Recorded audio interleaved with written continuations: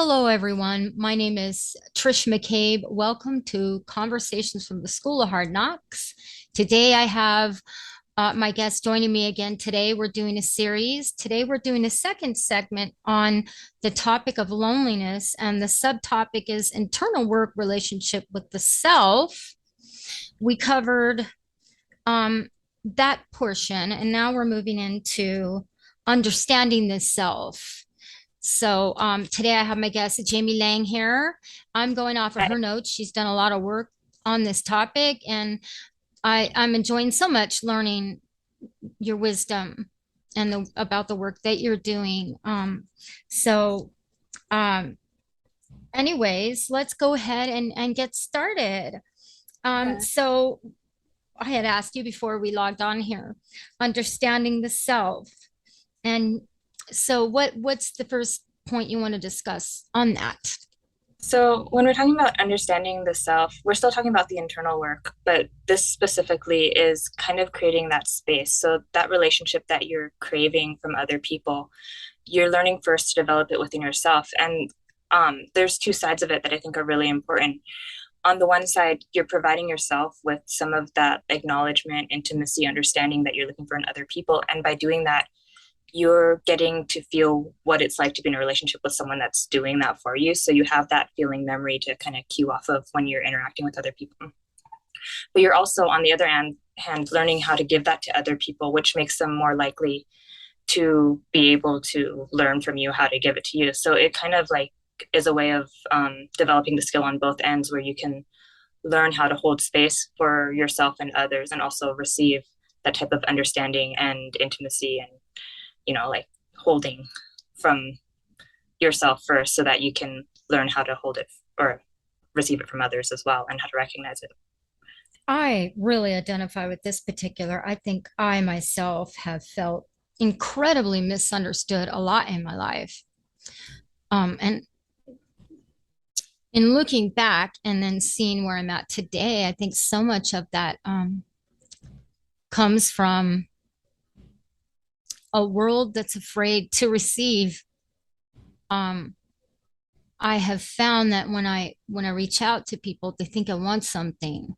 They Mm-hmm. think I have an ulterior motive because this doesn't happen very often in our society. We have a very stiff upper lip mentality. People are afraid to accept help. Um, and so I've had to learn to be mindful of that and maybe not take it personal. If someone's been burned a lot, when someone offers to help them and they get burned, it makes it difficult for people to reach out. Well, what do you Yeah. think about that? Yeah, no, I think that it's true. I think that people have a hard time accepting that understanding if they haven't received it a lot or if they've received it very conditionally.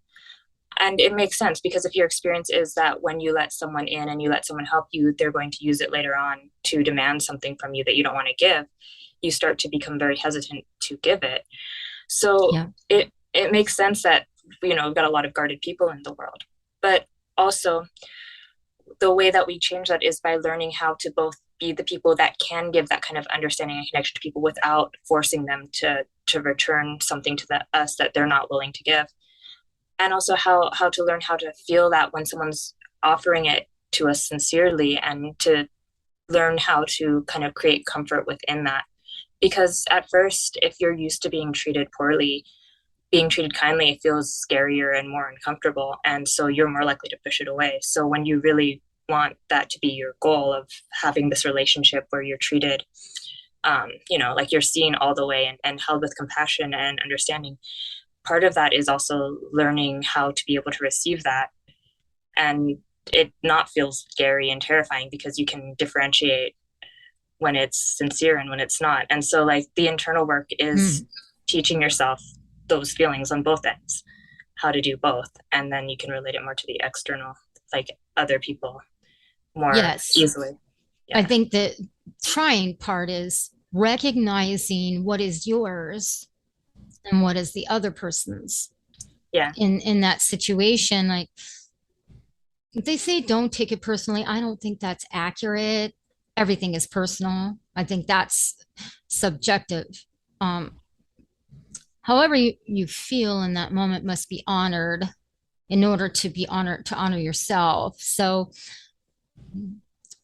I find that when I do express myself with people, they may not always get it. And some of that has to do with them and their level of understanding, even their own selves. Mhm. Does that make any sense? Yeah. No, like I think that's what people mean when they say don't take it personally. I mean, obviously, if someone's saying something really mean to you, it's going to hurt, and you'd have to put up a wall to really not feel it. But you can recognize that a lot of times when people are reacting, they're also reacting from wherever they are. And if where they are is a place where they can't trust people and it's scary, or they're being reminded of something they don't want to confront, then they're going to react with an aggressive, uh, maybe confrontational or defensive demeanor. And that's not necessarily about you specifically, even though the way you approach them might have triggered it. It's about where they are and what they're able to, like understand, or how they're responding to what they're perceiving.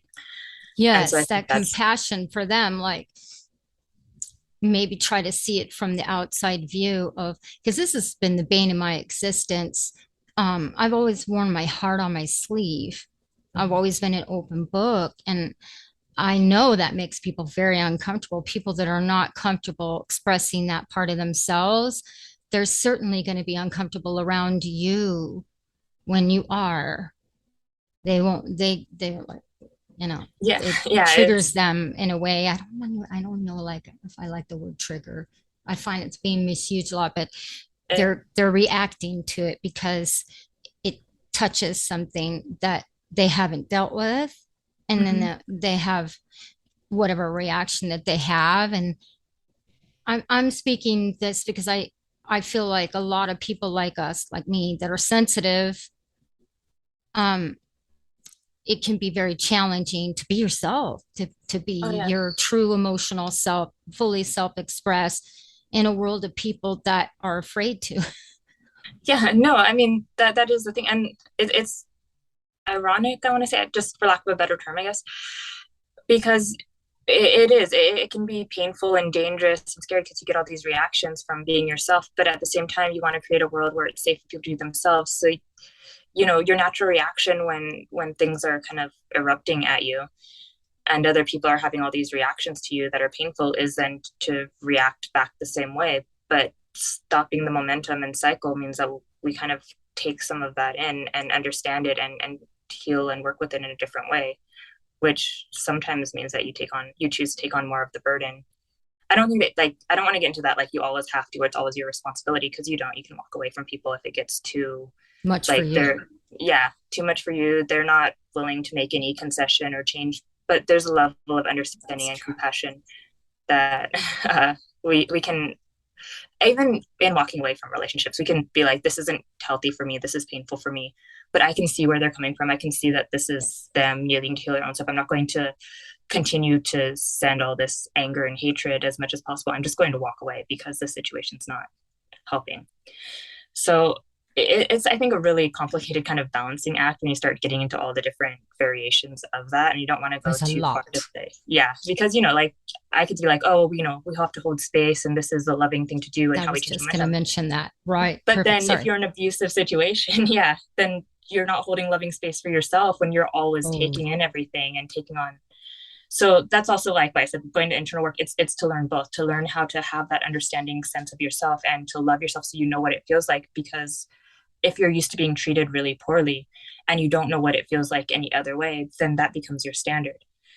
When you start yes. to learn what it feels like to be really appreciated and loved, then you can recognize when you're not, and then you can, have compassion and understanding for the person that's treating you badly. But you can also set up that wall of, I'm not going to stay here and take this, though. Like, I can try and express myself. If you can understand me and move and make those adaptations so we can work together, then we can work through it, and I'm not going to hold it against you. But if not, I'm not going to stay here and keep getting beaten Accepting up. poor treatment. Yeah. Yes. This is huge. This is because I see people holding space. And Mhm. this is, folks, if you see one common theme in my posts and my podcasts, is just everything is subjective. Everyone is different and people do things for different reasons. And I don't like blanket statements when people say hold space. Well, but that doesn't account for every situation. Every situation is unique and different because we all are. And when you get two different people together, you're going to be dealing with these things that we're talking about. So anyways, I love that. I know I Yeah. keep saying that. It's just this Yeah, I is think so important. it's important, especially if we're dealing with loneliness. What you're dealing with is a need to be seen and accepted for who you are. And so, like, we're talking about like seeing and accepting other people because we're reciprocating that energy. But part of being seen and accepted for who you are is also like recognizing what you need. And if what you need is a relationship where people aren't just taking out their stuff on you all the time, then that's what you need to give yourself. You're not, like it's going to feel more lonely to be in that relationship where you're just always the bad guy, even if you're not, than Yeah. to learn how, even if you're by yourself temporarily while you're kind of finding new people that can relate to you on a level that is supportive. So, I I go through this with my boyfriend a lot. I'll be so concerned about what he's thinking. And I don't even know. I haven't even asked him. Or I see him react, I see his body language and I read into it, or I assess whatever I think is going on there. Even if it's true that he's affected by me, I have this thing that I do where, oh, he's upset. What did I do? And blah, blah, blah, blah, blah. I found, and I'm finding it's very helpful to stop and go, stop. Just love yourself. Maybe you did make a mistake. Maybe you said something that upsets him. It's okay to make a mistake. mhm. It's okay for him to even take you wrong. Just love yourself and say, okay, I'm learning. I'm Yeah, learning and I'm growing, and I'm going to love myself through this process of trying to communicate with my partner. And yeah, right. yeah. So, No, I mean, beating yourself up over it, or like worrying, and especially like even trying to eradicate all the mistakes, that can be even more harmful. Like you can stop yourself in the middle of something and even recognize you made a mistake and still go back and be like, oh, you know what? When I said this, when we had this conversation, I realized that I said this and it came out this way. And what I was really reacting to was my own. Like that can actually be part of the conversation where you can have a oh, very sincere, by recognizing I made a mistake and it was based on this. And that actually gives them a chance to see you even more clearly while you're also recognizing that you saw the pain that whatever you did might have set off in them. And, if resisting the the other person, mistake, yeah, the mistake, you get caught up on, beating up yourself, right? Instead of going, mm-hmm. okay, I made a mistake. What can I do next? It's what you do next that counts with that. Once you see that mistake, focus on what you learned from it. Okay, you made the mistake. All right. It's a little ding, ding, ding. And you're like, okay, I made a mistake. And then you go, all right. And what you said, then you go back to it and you try to open up a line of communication with that person, like, hey, look, I wasn't meaning it this way, and letting them know you're aware of it, and Mm-hmm. to yourself. So yes, I so identify with that. Yeah. Yeah. I mean, obviously, it depends on their level of receptivity, how much you're going to open up to. But if it is really like something where maybe you overreacted because there was something going on for you, then it really does create a chance for greater intimacy where you're trusting whoever you're talking to or your partner to see this part of you that maybe you normally don't show and that it just came out through that mistake. So it actually is a doorway to create a closer connection. Yes. I love that. I had something just like this happen this week with my partner, and it was profound. It definitely, I'm trying to think of another word. I use that word a lot, but it really was. Oh, and just even if they don't understand, they can at least see your effort Mm-hmm. in wanting to have open and clear communication with them and Yeah. understanding yourself. So enough. Sorry, I don't mean to like run away with that. Oh, you're fine. I'm looking at, let's see here. Understanding the self. You say if we do not fill ourselves up to some degree before going out, we are more likely to accept harmful situations without recognizing the potential for harm. I love that. I want to hear what you have to say on that. Yeah, so I mean, this is why I think for me, starting with internal work is really important just before going outside and doing stuff. I mean, you can approach things by like trying to start with external, but if you have been raised in such a way, or you have experiences where you don't know what a positive relationship feels like, or you don't know what it's like to have someone who can really understand you, and you never like give that to yourself either, then when you go out there and you get even a little bit of attention, but it's actually mean or harsh attention, or something that's actually detrimental to you, you're less likely to recognize it because you're so starved for that need to connect, that you're not able to differentiate as clearly between what's a really solid, healthy, fulfilling connection for you and what's just people kind of like backhanding giving you stuff. It's kind of like the idea that, a lot of people who've grown up maybe either in abusive situations or poverty, they don't really like it becomes normalized. It's the idea of normalization. So if you haven't learned how to feel that need a little bit within yourself of having understanding, having connection, having that kind of healthy someone who can see me and hold space for me and not force me into situations that are bad for me, or that are painful or treat me poorly every time I do it, then I don't know if I said if you haven't had that, if you have had that. What, But so you want to but create that for also, yourself so that you can. yes, one thing Uh, that I notice when I love that, it's that positive self-talk before you go out. But one thing, folks, that when you start to love yourself, you will be angry. Your anger will come up when people do this. And if you have any judgment about anger, it's going to be very difficult to follow through on this process. If you get angry, that's a good thing. How you manage it is another thing. yeah, But the anger is good. The anger is a signal that you love yourself, and that's that part of yourself that wants to love and protect you. So when you go out and someone is harmful and you start to love yourself and say these kind of things, you might start blurting out, it might just come out. And that can be difficult. It can be challenging, especially if you have a judgment about anger. So I don't know why, but that popped up. What do you yeah. think I about mean, that? I think that there's a lot of truth in that. I think that the anger shows where you've got a sense of self or boundaries, or values, and so when you find yourself getting angry, it means that there's something occurring that you really don't agree with, and that maybe it's because you feel unsafe, or it just goes against something that you very strongly Your believe in, or spirit. something. Yeah, Yeah. and so respecting the anger enough to allow it to show you that and to protect you, or to make the whatever action you need to make to, I don't know, build it's again so subjective depending on the situation. But yes, Right. how you use that anger, because anger is very powerful. It's such a strong emotion. And I think that the reason we get afraid of it is because it can create very fast change. But if it's not managed well, it can be very destructive along the way. And sometimes the change goes in all directions. But if you learn, like if you use it to create change that's beneficial, that's what you need, and to push away the things that are actually harming you, and create the pathways and bridges and all that other stuff, you can do a lot with anger to make a huge difference in how you relate to the world and yourself.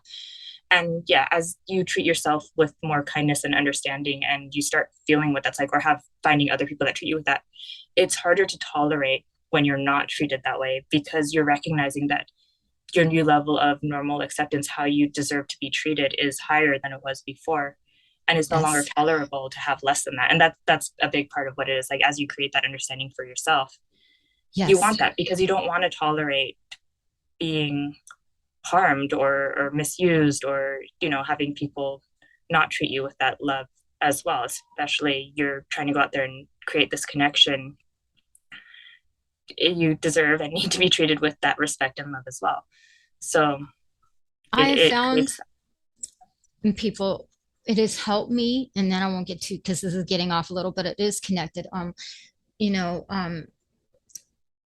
when you get a judgment about anger and how you're reacting to a situation, stop and ask yourself, if this was my daughter, if this was my mother, if this was someone I love, what would I tell them to do? It allows you to be objective and go, oh, that's unacceptable. Mhm. Um, I think that's really important, because we are taught a lot in society to care more about others and our own selves. So it's a new territory that sometimes we have to imagine it happening to someone else to see it objectively, if that makes any sense. Yeah, Yeah. I, I definitely agree. That's one of those things I had to learn about, with not just with anger, but with like self-talk and learning to treat myself more lovingly and understandingly. Was just like, would I treat someone else that I really cared about, my mom, my sister, my friend, like this? How would I talk to them if they were in the situation? How would I handle the situation? And that's the And reverse too. Right. I love yeah, that. Hmm. so, but yes, also with anger is like, would it be okay with someone else going through this? If I wouldn't, then why am I putting myself in that situation? Or Yes. why am I okay with me doing it? But as you Yeah. start creating that so that you feel like you're a person who's also worthy of all these positive things, then that natural reaction is to become angry when it's not coming to you that way. Yeah. You finally recognize what's happening, because there's a lot of like you said, left-handed behaviors that aren't always clear. So that can sideswipe you. Yeah. Someone could be treating you not all that well, but doing it in a way that's very covert. So you're when you realize it and you're being present with yourself, and it can knock you off your balance Yeah. as you go out and navigate in the world and connecting with people. So I felt like that. I don't know. That just came to me. I'm trying to honor when things come to me because I feel like it's intuitively, yes, let's Yeah. talk Guiding about that. you. Yeah, no, I mean, that is a big thing. I think that's also part of what I'm trying to get at, as one of the reasons it's really important to have these really good I call them feeling memories. I don't know if you'd want to call them something Yes, I else, was just going but to that ask like, about that. Love that. Okay. yeah, like it's just that association of what it feels like to be treated well, to be understood. Because once you create that, then it's like an imprint, like a map. You're like, this is how I know this, how this feels now, and I want this feeling. So when you're treated by someone that on the surface it might seem like they're really nice, but you're noticing that feeling isn't matching, you're more aware of the fact that there's something going on. It kind of alerts you to it, Yes. because you now know what it feels like to actually be understood and accepted, because you created that for yourself. And so when it's not being created in your external relationships, you can see it. Whereas if you haven't ever created that sensation for yourself, you don't really know what you're looking for. And so you can go out and you're like, this person's nice. I don't know why I feel so horrible every time I'm done talking to them, but it must just be me, because you don't have anything to compare it to. So that's This part is of that. something that Iyanla Van Zant talks about when you get triggered or you have an emotional moment and ask yourself, what am I remembering? Mm-hmm. She asked that, and I love that because it's reminding you of something too. Sometimes it's a past related thing, and sometimes it's a present related thing, right? With the memory thing, I suppose, is more of a past related thing. So I don't know. I'm sorry if I hope I'm not confusing things. Um, Um, well, I think that's really good advice for like a trigger response, because it's usually when you're having I don't know if this is the correct terminology for trigger, but like that really big reaction to something, you yes. are reacting to not just what happened on the surface, but whatever you're associating with it, which is That's a usually good word. attached to memories or a memory. And so when you have that feeling, if you can go back to that memory, you have a chance to really do some deep healing on that level and to recognize the pattern within yourself. This is more of like a flip of that, where you create a positive feeling sensation so that it kind of acts like a compass or a map or a magnet towards what you're looking for externally. So, like if you've never felt full before and you're just used to being hungry, then you're not going to know what it feels like to eat food to the point that you feel full. And so, like the same thing emotionally, if you've never felt understood before, you can go out into the world and talk to all these people, but you don't really know what you're looking for. You're looking for some thing that you've never experienced. Whereas the Mm. closer you get to experiencing it, the closer you can match up. Oh, wait, this is this feeling that I'm trying to get to. And when I interact with this person, it matches or it really doesn't. And it helps provide like a guidance for you so that you know what you're looking for in the relationships as well. Right. I think, and this just keeps coming to me this week on this area. Um, a lot of times, if you don't know what you need, you'll be behaving in a certain way and you won't, if you don't know what your objective is in saying or doing whatever you're doing, it could blur, people wanna, it'll create this confusion. That's why I love what you said about checking in with yourself. What am I after today? Where am I at? Where am I at with this person? I want to say this. What's my objective in saying it? I think there's a lot of that. At least I've felt that, wow, I said this, but why am I saying this? Why am I so vehement? Or what's my objective? What do I want? And then you can get to, is the way I'm behaving going to get me there? Oh, shoot, Yeah. this thing is saying running out of time. We have 10 minutes. All right. Um, okay, so very cool. So anyways, what do you think about that? Like that's something that came to me today. It's not being aware of why you're expressing yourself the way that you are, where it's coming from, and what you're after. I think that that's a really important guiding point, not just in the topic of loneliness, but in general. Yes. Um, I I think that it's important to know like what your priorities are, what you're going for in a situation, what you're wanting to get out of it, because then, yeah, like you said, you're going to address it differently. Um, And so, understand yourself. Like oh yeah, I'm learning on this is when I ask myself, why am I saying this? Why I get, what's this about? It yeah, helps so much because then first you get grounded and you're like, okay, asking that question is so important because then you can change your approach. You can hmm, even decide not to even talk about, well, that's silly. Why am I doing, you know what? I don't need to do that. So that makes yeah. sense. You can Any kind of see like how connection.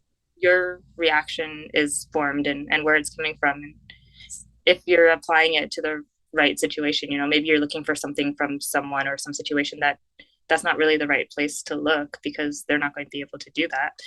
Um, but then you know that that's what you're looking for, so you can find a different situation where you A can handle. person that maybe might understand. Yeah. Because I think the understanding part is difficult.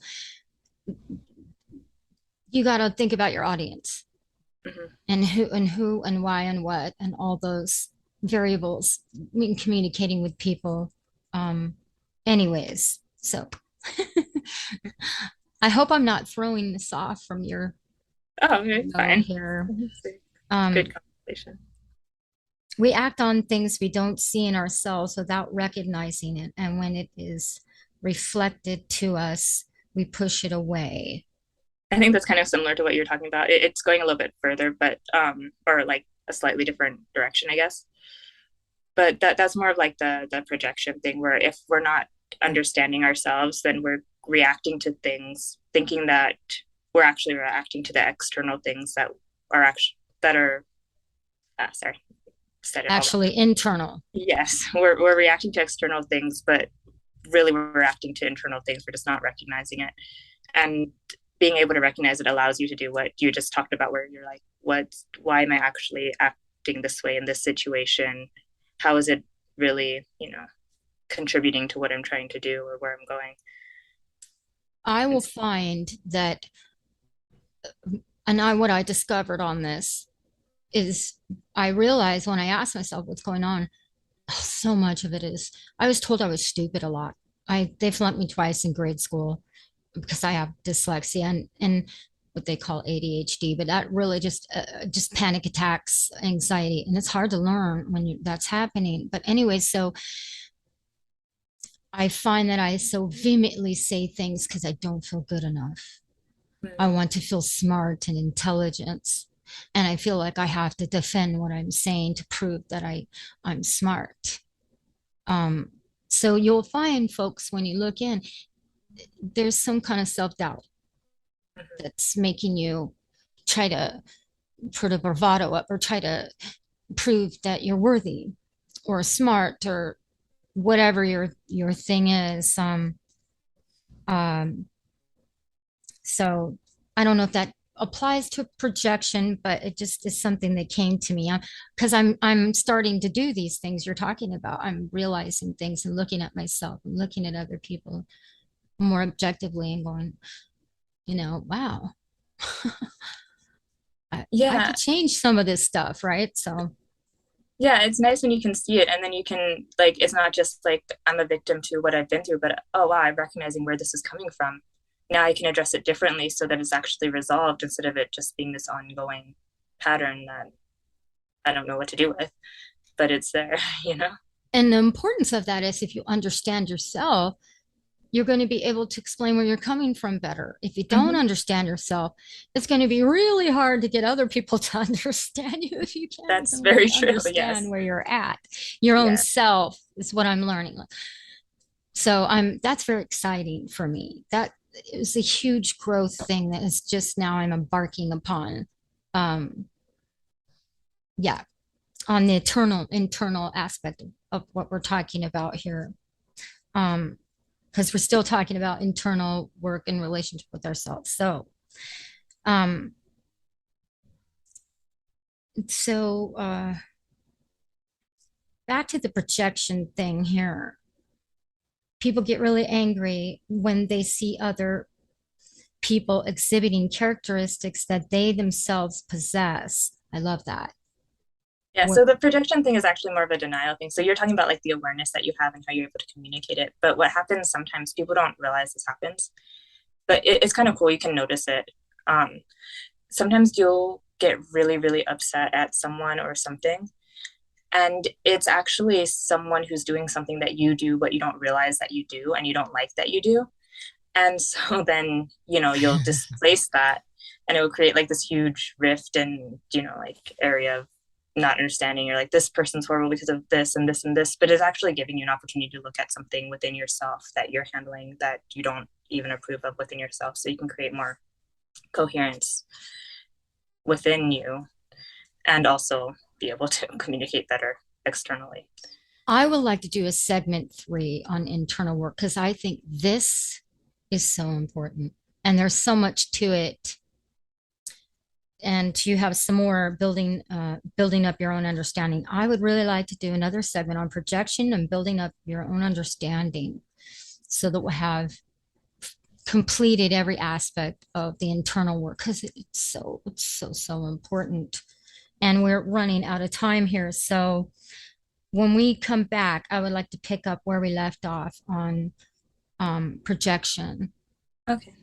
And you said, projection in psychology. I love that. And the way that they respond to that part of themselves, which is to condemn, punish, or push away. I love this. I think this is going to help a lot of people because I'm sure a lot of people hear about projection and they really don't understand what it is. So this will give us a chance to really break it down in all of the variables.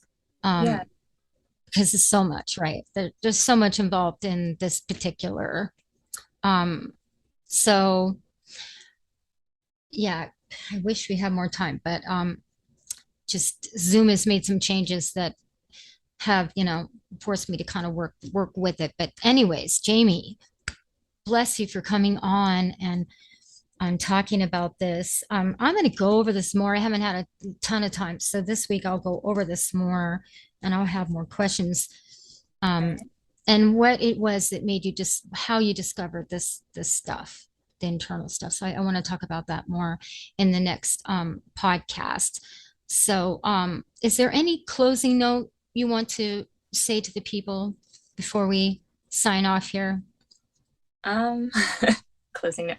I think that the most important thing, like as you go through life in general, whether it's relating to loneliness or other people, is taking the time to, understand yourself, be okay with mistakes, and learn as you go. Like it's a process. We're all growing, we're all developing, things come up. It's okay if everything's not perfect. We have so many opportunities to learn about ourselves and the world around us. And even things that seem negative at some point can become those opportunities. So even if things are rough and there's a learning curve, don't lose faith. It's all part of the process, and it's okay if it gets a little bit messy sometimes. I feel like that's I important love right now because it's been a little bit intense, but Awesome. Thank you. Thank you so much. Stay tuned, people. We'll be back with more podcasts on the subject of loneliness and the internal relationship with ourselves. Thank you, everybody, for listening today. and we'll look forward to seeing you very soon. All right, Thank you. then. See you later, Jamie. All right. It's Thank wonderful you. talking to you, as You too. always.